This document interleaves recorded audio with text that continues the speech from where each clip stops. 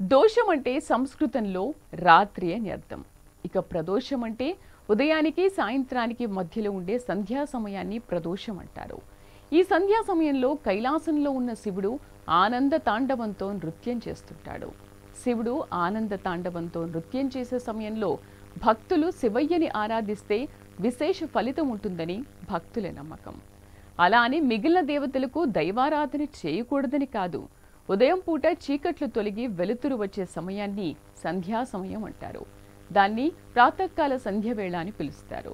సాయంకాలం వెలుతురు పోతూ చీకట్లు వచ్చే మధ్య సమయాన్ని సంధ్యా సమయం అంటారు. సాయంకాల సంధ్యా సమయం అంటే వెలుతురు పోతూ చీకట్లు వచ్చే సమయం సుమారు 48 నిమిషాల పాటు ఉంటుంది. ప్రదోషకాలం లేదా త్రయోదశి వ్రతం హిందూ సంప్రదాయం ప్రకారం చంద్రపక్షం యొక్క 13వ రోజున ప్రదోష వ్రతం చేస్తారు. అంటే ఆ రోజున శివుని భక్తులు రోజంతా ఉపవాసం ఉండి ప్రదోషకాలం సందర్భంగా సాయంత్రం పూజలు చేస్తారు. అసలు ప్రదోషకాలం పూజ ఎలా చేయాలి ఇప్పుడు చూద్దాం. ఆ రోజున భక్తులు ఉదయాన్నే లేచి స్నానం చేసి పార్వతీ పరమేశ్వరులను ఆరాధించాలి. భక్తులు ఉదయం నుంచి ఉపవాసం ఉండి ప్రదోషకాలంలో పూజలు చేయాలి. పలహారంగా శివుడికి ఇష్టమైన పండ్లు, స్వీట్లు లేదంటే ఎవరి స్తోమతకు తగ్గట్లు వారు పలహారంగా సమర్పించాలి.